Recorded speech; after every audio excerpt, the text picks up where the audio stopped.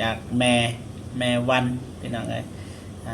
แม่ที่มา2 คนในมือก่อนนั้นพี่น้องเอ้ยของขวัญที่แม่เพิ่นเอามาฝากพี่น้อง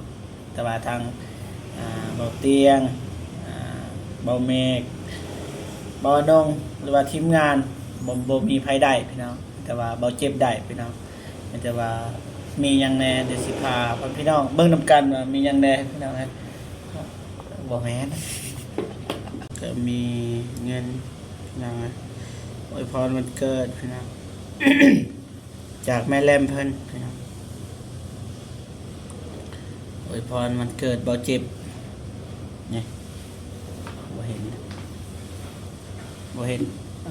แต่ว่าสิบอก1 ล้านกีบพี่น้องนะอีกพี่น้องไอเคนนี่1 ล้านพี่น้อง1 ล้านกีบก็พอดีเลยสมทบใส่เงินเบาเจ็บเงินเก่าที่โฮมไว้เงินเก่าเบาเจ็บกับแม่แรมไอเคนนี่พอดีโอนค่ารถเลยค่างดรถเลยพี่น้องไงทีมงานเรากำลังดำเนินพี่น้องเนาะก็คือผลงานเสียงเพลงนะเพื่อฝากให้พี่น้องติดตามเป็นเพลงแบบใดแต่ว่าเฮาสิลิน MV นำพระเอกกันนี่แหละทางหลังพี่น้องไงก็นางเอกบ่ฮู้สิเอามาได้ใส่มันยังคิดบ่ออกว่าสิเอาไผยังหานางเอกอยู่แต่ว่านักร้องมีแล้วพี่น้องมีไอ้เตียง1ในนั้นคือไอ้เตียง2ก็เบาเจ็บ3ก็หมู่ของเบาเจ็บนั่นแหละชื่อจันทพรพี่น้องเนาะเพิ่นก็มีผลงานหลายเพลงอยู่ ดังพอสมควรแล้วพี่น้องผลงานเพลงลาบเด้อนะพอพี่น้องน่าสิรู้จักเพิ่นดีแล้วก็แต่งเพลงให้อ้ายคำมั่นสะใจและบ่ฟ้านะมันจะว่าให้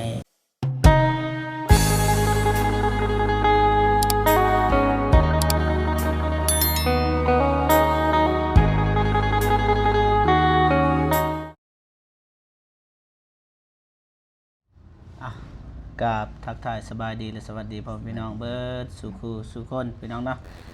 ภาพมาถ่ายคลิปพี่น้องนะแต่ว่าเขาแกมานั่งคุยก่อนพี่น้องเลยตามที่เราเจ็บเอ้ยในคลิปก่อนเลยพี่น้องว่าจากแม่วันพี่น้องเลยแม่ที่มา2 คนในมือก่อนนั้นพี่น้องเลยของขวัญที่แม่เพิ่นเอามาฝากพี่น้องแต่ว่าทางเบาเตียงเบาเมฆเบานงหรือว่าทีมงานบ่มีไผได้พี่น้องแต่ว่าเบาเจ็บได้พี่น้องแต่ว่ามีหยังแน่เดี๋ยวสิพาพี่น้องเบิ่งนำกันว่ามีหยังแน่พี่น้องบ่แม่น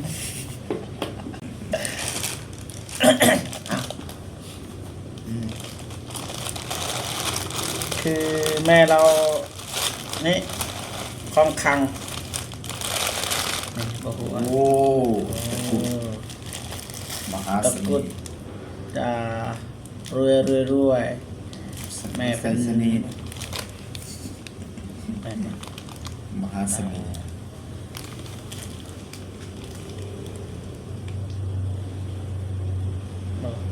ปูศิลาพี่น้องนะนี่ของฝากแม่เพิ่นให้ติดรถพี่น้องนะนี่ก็แล้วก็ฝ่ายผู้แคนที่เลือกผู้แคนเมื่อนั้นแหละทีมงานผู้แคนทีมงานบ่แม่กันแม่เราได้ฟูบ่นี่แหละพี่น้องแล้วก็ นี่คันหมแล้วก็คันจอบนี่แม่เพิ่นว่านี่อันนี้เด้อเวลาฝนตกจึงใส่กับตอนแดดแม่เพิ่นแนะนำแต่ว่าก็คืออยู่นะนี่ต้องบ่ฮู้วิธีใส่แต่บ่แม่นแต่สิให้บ่เมกซอนอ้าวโทษแม่นสีชมพูอะไรอย่างเงี้ยสีชมพูเป็นมือซองนะได้แม่ละใส่กันเด็ดกันได้อยู่อันนั้นบัดเดียวป่ะกดปุ่มสตาร์ทที่ตอนนี้ป่ะตัวไหน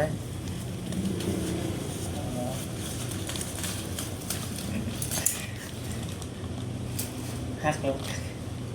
มันหักที่ว่า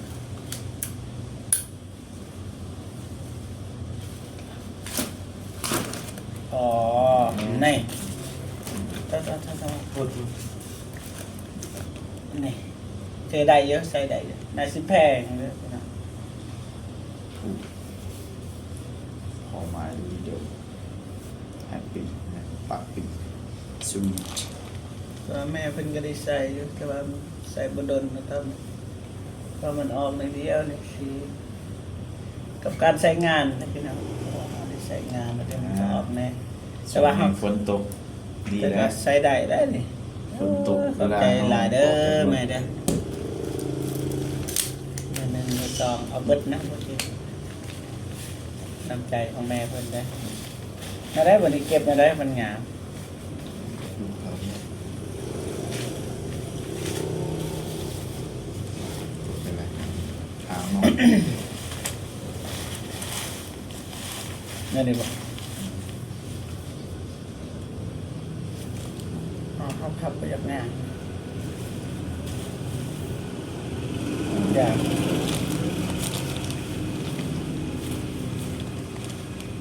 นี่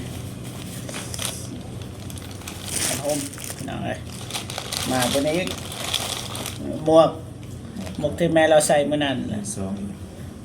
มือซ้อมนี่เปื่อนมาทำซัก แม่เราใส่เมื่อนั้นนั่นแหละ เราอยากให้ใส่รวมกัน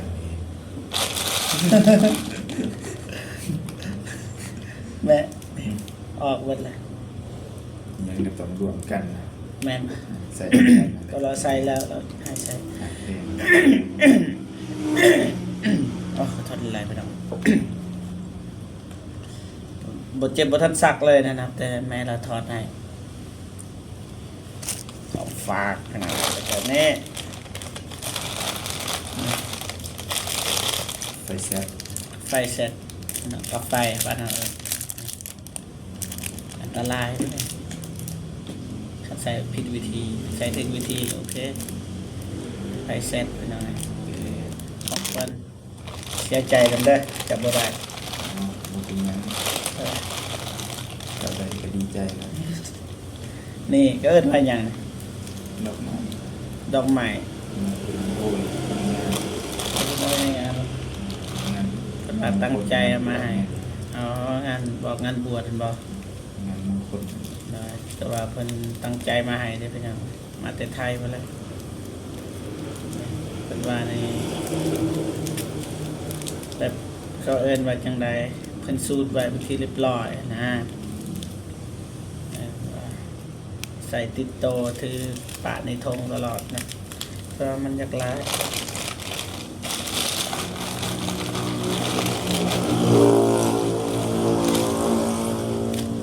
เต็มพี่น้องเบิ่งกำมันเบิดเลยนะเบิดนี่ประมาณนี้แหละทรัพย์สมบัติ ตั้งใจคามโคงมาให้พี่น้องได้ต้องขอบใจหลายๆเด้อแม่เด้อมาทำในซักเนาะเอาไว้บัดสิใส่เพ็กซักเพราะว่าเขาหมวกสี่อันหมวกลายได้บัดสิขาดหมวกบ่ได้เบิดสำเนีพี่น้องลายเติมอยู่ทงได้เป็นไงเนี่ยเป็นไงเอาเลยลูกแถมมาได้ทงอันนี้ แล้วก็ ยังดู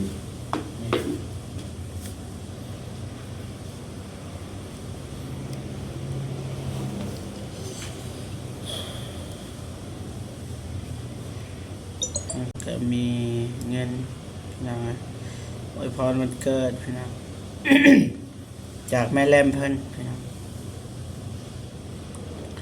อวยพรวันเกิดบ่เจ็บ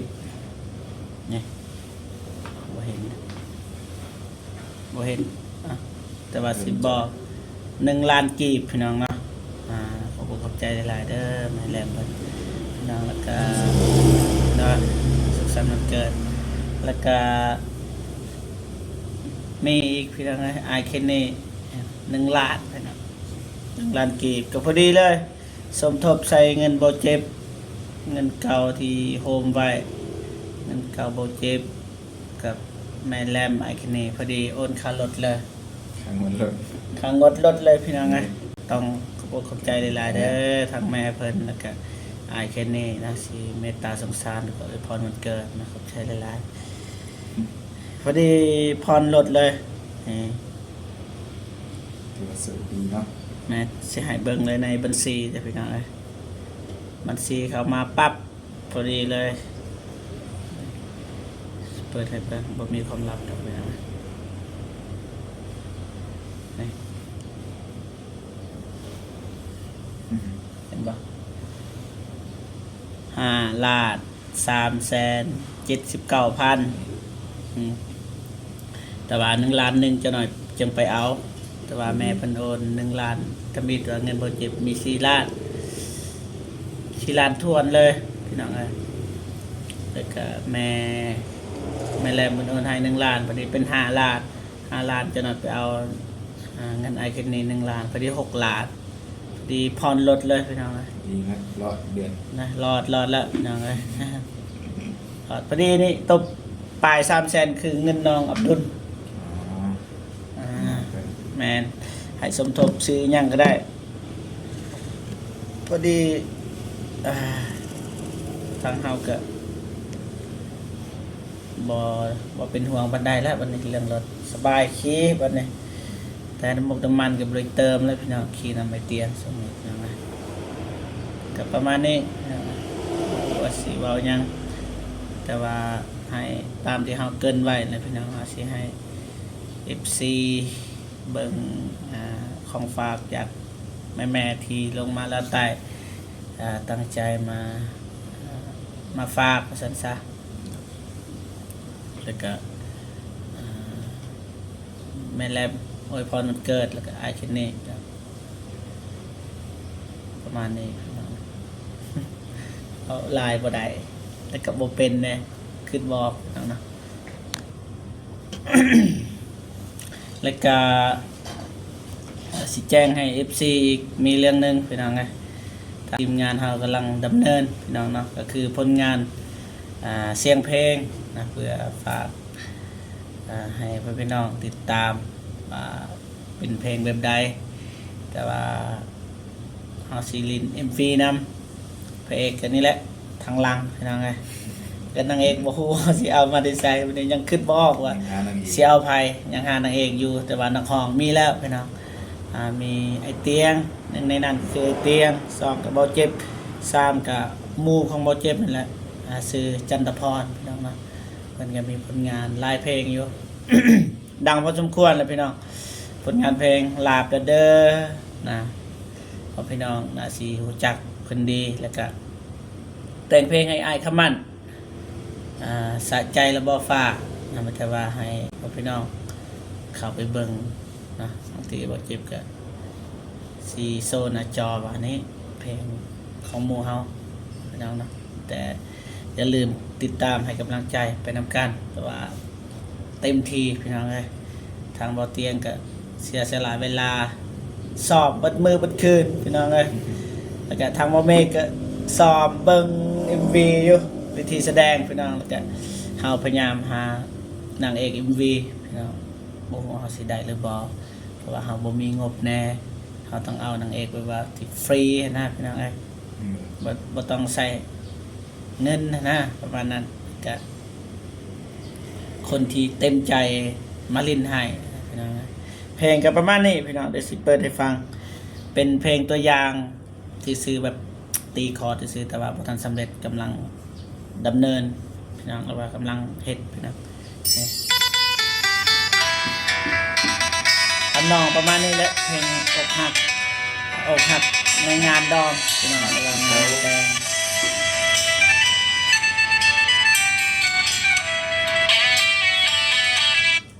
สำนักพี่น้องเลย เดี๋ยวติดตามไปนำกันแต่ว่าอันนี้คือเฮาแบบ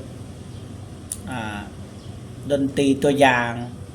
อะไรไปดังนะแต่ว่ามันบ่ทันมวนบ่ทันฮอด 1-2%ใช่ไหมน้องเลยแต่ว่าถ้ามันแล้วนะสิโอเคแต่ว่าอย่าลืมพี่น้องติดตามไปทำกันแล้วก็ให้กำลังใจทางทีมงานเฮาเพราะว่าทางบ่เมก็ตั้งใจแล้วว่าสิลินให้ทางไอเตียงกับถ้าอายเพิ่นว่าบ่แพงก็เฮ็ดถ้าแพงก็บ่ไหว้นะเพราะว่าเฮาก็มีภารกิจแต่ว่าเฮาสิหาเวลาช่วงว่างๆก็คือตอนกลางคืนอัดเพลงแล้วก็กลางเว้นนี่ถ่าย MV ก็คือช่วงที่เฮาไปถ่ายช่วยเรือเรียบร้อยนะเฮายัดเวลาไปแต่เช้าตอนแรกเฮาก็ถ่าย MV ประมาณ2มื้อก็ได้หรือว่า3มื้อนะถ้าถ่ายมื้อเดียวมันสิกินเวลายาวเฮาสิบ่ได้ไปซอยเรือคนอื่นนะประมาณนี้นะสุดท้ายแต่สุดนี้บ่เจ็บก็ขอให้พรในใจให้แกแม่ๆเพิ่นที่ลงมายามแล้วก็เอาเครื่องของมาฝากก็ขอบใจแม่แลมที่อวยพรวันเกิดพร้อมด้วยไอเคนนี่ที่อวยพรวันเกิดเช่นเดียวกันแล้วก็ขอให้แม่ๆหรือว่าอายเพิ่นจงมีแต่ความสุขภาพแข็งแรงขอให้อายุมันควรยืนนะความเจ็บบ่ให้ได้ความไข้บ่ให้มีปรารถนาสิ่งใดขอให้ได้สิ่งนั้นเด้อสาธุ